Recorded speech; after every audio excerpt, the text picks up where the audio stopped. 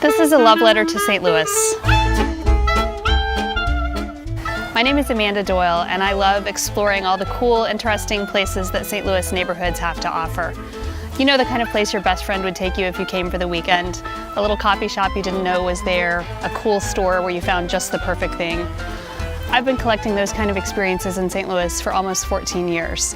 And more times than I can count, whether I've been in Edwardsville or Old North St. Louis or on Cherokee Street or in my own neighborhood, I've thought, everyone needs to know about this. Well, now everyone can. One thing I tell people all the time is that I wish I had 9 St. Louis lives, because I think I could be happy in a lot of different neighborhoods in the region. I have to say that I'm partial to my own neighborhood, Tower Grove South. I've lived here for almost 14 years, and I just love the walkable community, the mixture of architecture and people, the fact that I live so close to a really thriving business district. We have a great park within walking distance of the house, which is also home to a really unique art studio and gallery for kids and adults. Fantastic ethnic restaurants along Grand, great shopping and restaurants along Morganford, including a local organic grocer. And just around the corner from my house, a place to buy frozen Shakespeare's pizza if you don't feel like driving all the way to Columbia. I also love Ferguson, which is a great neighborhood in North County. Its history dates back to when it was a whistle stop on the railroad and then was considered very far out of town. It still today has a very active whistle stop. It's now a frozen custard stand in one of the most popular places in the neighborhood.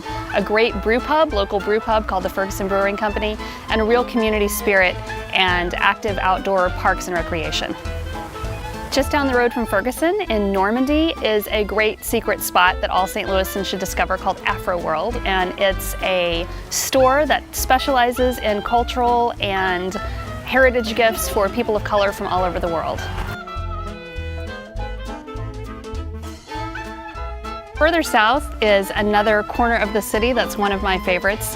The do-it-yourself kind of ethos that reigns along Cherokee Street extends from community projects to art galleries, a thriving Mexican food and culture scene, and at the further east end of the street, antiques.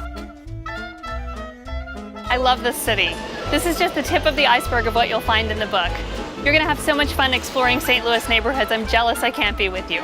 So get a book, grab your friends, and go out and fall in love with St. Louis.